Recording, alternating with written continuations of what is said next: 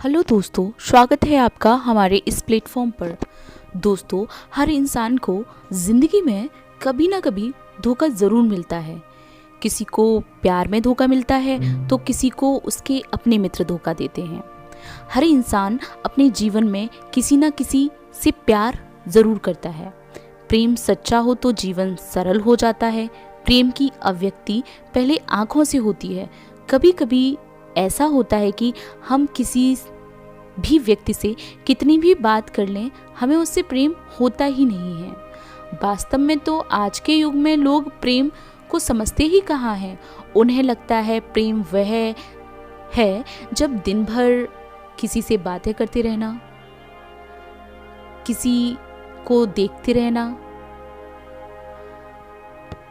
प्रेम में झूठा दिखावा करना, उस व्यक्ति की उस क्षण के लिए झूठी तारीफ करना। क्या ये प्रेम कहा जा सकता है? क्या हमें इसे प्रेम कहना चाहिए? नहीं, मेरी नज़रों में ये प्रेम नहीं है। प्रेम अनमोल है, प्रेम निस्वार्थ है। आजकल के लोग तो प्रेम आवश्यकता अनुसार करते हैं। जहाँ उन्हें लगता है, जहाँ उनकी आवश्यकता की पूर्ति हो रही है, वह वही प्रेम करते हैं। ये प्रेम नहीं, ये छल है। दोस्तों, ये कलयुग है और इस युग में अपने ही लोग अपनों को धोखा देते हैं, उनके साथ कपट करते हैं। अगर बात करें दुश्मनों की तो हम उस आदमी से निपट भी लें, क्योंकि उसे वह दुश्मन तो सामने दिखाई दे रहा है। लेकिन अपने ही जब उससे छल करने लगें तो उस आदमी से कैसे बच सकते हैं? क्योंकि धोखा तो अपने ही लोग देते हैं। कोई दुश्मन तो आपको धोखा दे ही नहीं सकता, क्योंकि आप उस पर उतना विश्वास नहीं करेंगे। धोखा देगा आपका करीबी, जिस पर आप विश्वास करते हो। तो इस परिस्थिति से बचने के लिए आप क्या करें ताकि भविष्य में कोई आपको धोखा ना दे सके? नाना प्रकार के धोखों से मनुष्य घिरा रहता है, यहाँ तक कि उसका मन विचलित हो जाता है। वह चाहकर भी वह किसी व्यक्ति पर विश्वास नहीं कर पाता है। वह अपने इस विचार से आज़ाद नहीं हो पाता है।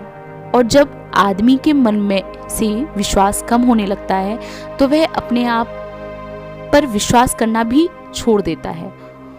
उसका सबसे बड़ा नुकसान वह खुद भुगतता है। उसको अपनी बुद्धि विवेक पर भी शक होने लगता है और वो सोचता है कि उसने ऐसे लोगों पर भरोसा क्यों किया जिन्होंने उसे धोखा दिया। वह अपने आप को दोष देगा कि मैंने किसी पर विश्वास किया ही क्यों, मैंने क्यों किसी को अपना धन उधार दे दिया, या क्यों किसी से प्रेम कर लिया। आज की जो बोध कहानी मैं आपको सुनाने जा रही हूँ, उसमें आपको ये पता चलेगा कि हमें किन लोगों पर विश्वास करना चाहिए और किन लोगों पर विश्वास नहीं करना चाहिए। हमें किस लोगों से बचना चाहिए और किन लोगों को अपने साथ रखना चाहिए, ताकि आपको भविष्य में कभी धोखे का सामना ना करना पड़े। अगर आपने अपने जीवन में कभी धोखा खाया है तो इस कहानी को अंत तक जरूर सुनेगा। तो चलिए शुरू करते हैं आज की कहानी। एक बार एक नवयुवती बौद्ध भिक्षु के पास गई और उसने बौद्ध भिक्षु से एक ऐसा प्रश्न किया जिसे सुनकर बौद्ध भिक्षु और उनके बाकी शिष्य सोच में पड़ गए। उसने बौद्ध भिक्षु से कहा, हे महात्मन, आप सदैव सभी से ये कहते हैं कि इंसान को हमेशा करुणा करनी चाहिए, इंसान के अंदर हमेशा करुणा होनी चाहिए। करुणा मनुष्य का सबसे कीमती आभूषण है। पर मैं आपको यह बताना चाहती हूँ कि इस करुणा के बस मुझे बहुत बार जीवन में छल मिला है। मैं एक लड़के से विवाह करना चाहती थी, क्योंकि मेरी विवाह की उम्र हो गई थी। ऐसा नहीं था कि मुझे उससे प्रेम था, बल्कि इसलिए क्योंकि मेरे अंदर उसके प्रति थोड़ी करुणा थी। मैं यह समझती थी कि अच्छे घरों में तो सभी शादी करके जाना चाहते हैं, जिनका बड़ा घर हो, जिनके पास बहुत पैसा हो, जो बहुत नामचीन हो, पर ऐसे लोगों का हाथ कोई नहीं थामना चाहता जिनके पास कुछ ना हो। मेरे घर वालों को लड़का ठीक ठाक पसंद था। एक दिन मुझे उस लड़के के बारे में पता चलता है कि वह मुझे धोखा दे रहा है। कोई मुझे ये बताता है और मुझे सबूत भी दिखाता है, और मुझे भी ये अंदर से अनुभव हो रहा होता है कि वह मुझे धोखा दे रहा है, और मेरा ये अनुभव सत्य निकलता है। मैं उससे अपने आप बात करना बंद कर देती हूँ। लगभग 3 महीनों के लिए बात बंद हो जाती है। अचानक 3 महीनों के बाद वह मुझसे फिर से संपर्क करता है और मुझसे पूछता है कि क्या वह मेरा इंतजार करे। पर मेरे अंदर इतनी करुणा थी कि मैं उसे माफ़ कर देती हूँ, क्योंकि उसके पिता नहीं थे, उसका घर नहीं था, उसकी माँ बीमार रहती थी। शायद मेरे अंदर इतनी करुणा थी कि मैं ये भी भूल गई थी कि उसने मेरे साथ धोखा किया है। मैं यह भी भूल जाती हूँ। अभी तक मैंने उसके बहुत झूठ पकड़े थे, लेकिन मैंने उसके बहुत झूठ को अनदेखा भी किया। अब सगाई हो जाती है। सगाई होने के बाद मुझे यह अनुभव होता है कि वह धीरे धीरे बदल रहा है। मुझे ऐसा लगता है कि प्रकृति मुझे संदेश दे रही है कि रुक जाओ, तुम्हारे साथ कुछ गलत होने वाला है। और मैं सगाई तोड़ने के बारे में सोचती हूँ और ये सगाई तोड़ने का फैसला लेती हूँ। पर बात आती है घर वालों की। घर वाले कहते हैं कि तुम गलत कर रही हो, तुम्हें ये नहीं तोड़ना चाहिए। फिर मुझे अपने फैसले पर थोड़ा सोचना पड़ता है। अब मैं ये सोचती हूँ कि अगर मेरे अंदर यह करुणा का भाव ना होता तो क्या आज मुझे इतना दुखी होना पड़ता। ये करुणा ही है जिसकी वजह से मैंने ये फैसला लिया था। ये जो सिर्फ हुआ, इसका कारण सिर्फ करुणा ही थी। पर मुझे खुशी इस बात की है कि मैं उस दलदल में जाने से बच गई। इसी करुणा के कारण मुझे लोगों ने बार बार धोखा दिया। तो आप लोगों को ये गलत ज्ञान क्यों देते हैं? ये शिष्य जो आपके उपदेश सुन रहे हैं, ये करुणावश जीवन में बहुत धोखा खाएंगे और ये आपको गालियां भी देंगे, क्योंकि आपने ही इनके मन में ये डाला है कि करुणा ही इंसान का सबसे कीमती आभूषण है। इस बारे में आप कुछ कहना चाहेंगे? और इस पर बौद्ध भिक्षु ने उस युवती से मुस्कुराते हुए कहा, बालके, करुणा का मतलब वो नहीं है जो तुम समझ रही हो। करुणा को ज्यादातर लोग अपनी भावनाओं के साथ जोड़ लेते हैं। हम अपनी भावनाओं में बहकर कोई गलत कदम उठा लेते हैं और उसका इल्जाम करुणा पर लगा देते हैं, क्योंकि हमारी हिम्मत ही नहीं है कि हम खुद के लिए दोषी माने। हम ये मानते ही नहीं कि जो छल, जो कपट हमारे साथ हुआ है वह हमारी नासमझी के कारण हुआ है, न कि करुणा के कारण। भावनाओं में बहकर जिंदगी के निर्णय नहीं लिए जाते हैं। वे जिंदगी भर छल सहते रहते हैं और इल्जाम किसी और पर लगाते हैं। जिस प्रकार तुम करुणा को समझती हो, जो करुणा आदमी को अपंग बना देती है, इस तरह की करुणा जिसे तुम करुणा समझ रही हो। युद्ध में लड़ने के लिए तुम अपनी करुणा का सहारा लेकर नहीं बैठ सकती हो। अगर युद्ध हो रहा है तो तुम्हें ये निर्णय लेना ही पड़ेगा कि तुम्हें शस्त्र उठाने ही हैं, क्योंकि तुम युद्ध में खड़े हो। आप करुणावश ये नहीं सोच सकते हैं कि इस युद्ध के कारण कितने लोगों का खून बहेगा। यदि युद्ध हो रहा है तो तुम्हें हथियार भी चलाना ही पड़ेगा। तुम वह नहीं कर सकती हो जो तुम्हारा हृदय करुणा से भरा हुआ है। कि मैं किसी पर शस्त्र नहीं उठा सकती हूँ। युद्ध में शस्त्र ना उठाना एक कायर की निशानी होती है। समझदार और बुद्धिमान व्यक्ति वही है जो परिस्थिति के अनुसार काम करे। अगर तुमने नासमझी में एक बार धोखा खा लिया पर उसके बाद भी तुम उस व्यक्ति पर भरोसा कर रहे हो तो तुम्हारी ये बेवकूफ़ी है।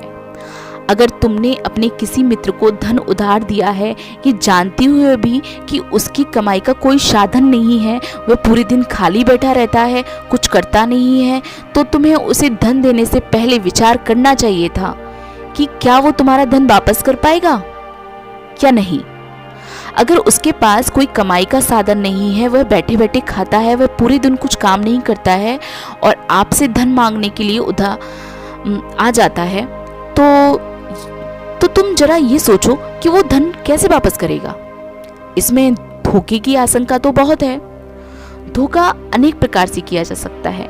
मान लीजिए किसी व्यक्ति ने अपने बच्चे को बाहर पढ़ने के लिए भेजा, वह वहां पढ़ने की बजाय वहां पर मटर गश्ती कर रहा है, शराब जुआ बुरी चीजों का शिकार हो गया है, तो वह अपने साथ तथा अपने माता पिता के साथ छल कर रहा है, पर वास्तव में वह अपने आप के साथ रहा होता है।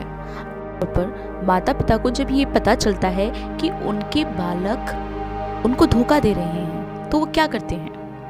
अपने बच्चों को बहुत डांटते हैं, पर माता पिता को ऐसा नहीं करना चाहिए,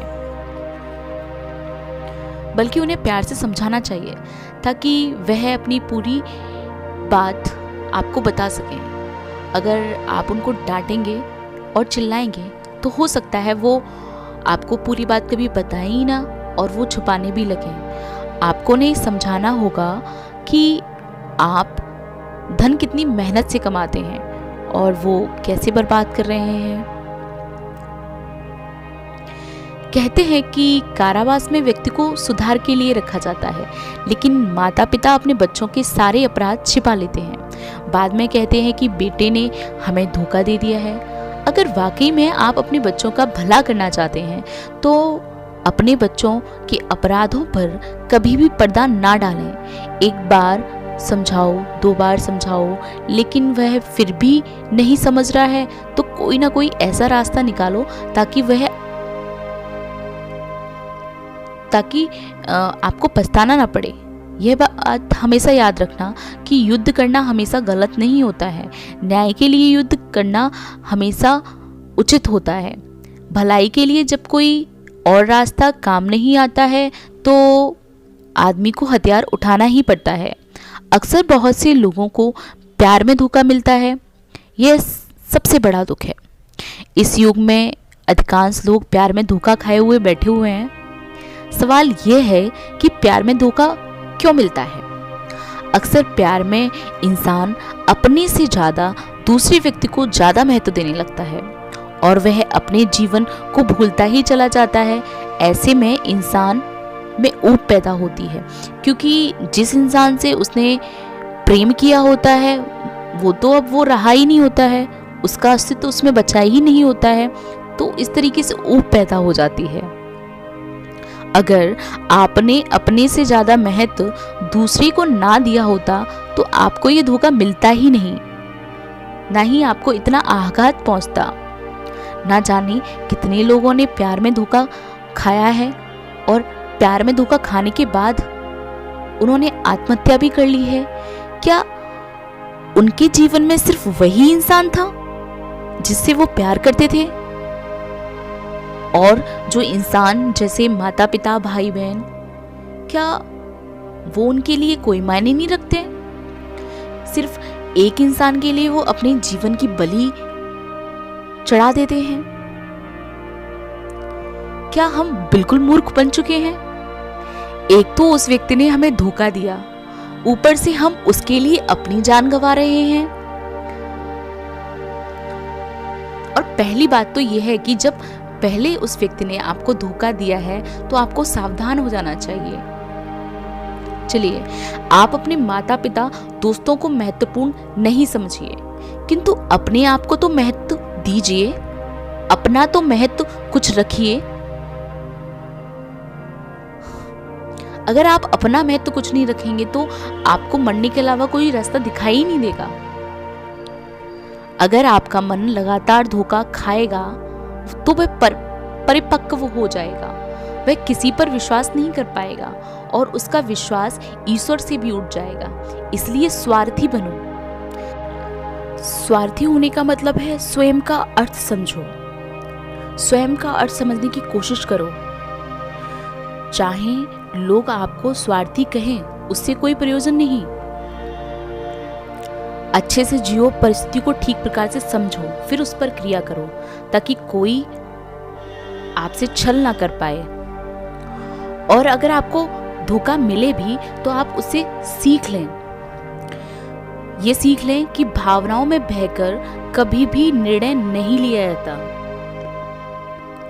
अगर जो इंसान आपको बार बार धोखा दे रहा है तो उसका स्वभाव सांप जैसा समझिए। जिस प्रकार सांप अपने जहर का त्याग नहीं कर सकता, वह अपने स्वामी को ही काट लेता है, उसी प्रकार धोखा देने वाला व्यक्ति कभी धोखा देने से चूकता नहीं है। अगर हम भावनाओं में बहकर उस पर फिर से विश्वास कर लेते हैं और हमें हर बार उससे धोखा मिलता है, इससे तो ऐसा प्रतीत होता है कि हम खुद अपने आप को चोट पहुंचाना चाहते हैं। इसलिए हमें ऐसे लोगों से हमेशा दूरी बनाकर रखनी चाहिए, जो आपसे छल करते हो, कपट करते हो, जो आपके प्रति द्वेष भाव रखते हो। यह सुनने के बाद सभी शिष्यों को करुणा का अर्थ समझ में आ गया। तो दोस्तों, कैसी लगी आज की कहानी कमेंट सेक्शन में ज़रूर बताइएगा। और इसी तरीके की और भी कहानियाँ सुनने के लिए हमारे चैनल को सब्सक्राइब करना ना भूलेगा, ताकि हमारी आगे आने वाली वीडियो आपको टाइम टू टाइम मिलती रहे। हमारे साथ बने रहने के लिए आपका बहुत बहुत धन्यवाद। आप हमेशा खुश रहें, मस्त रहें और ज़िंदगी को खुशी से जीते रहें। धन्यवाद।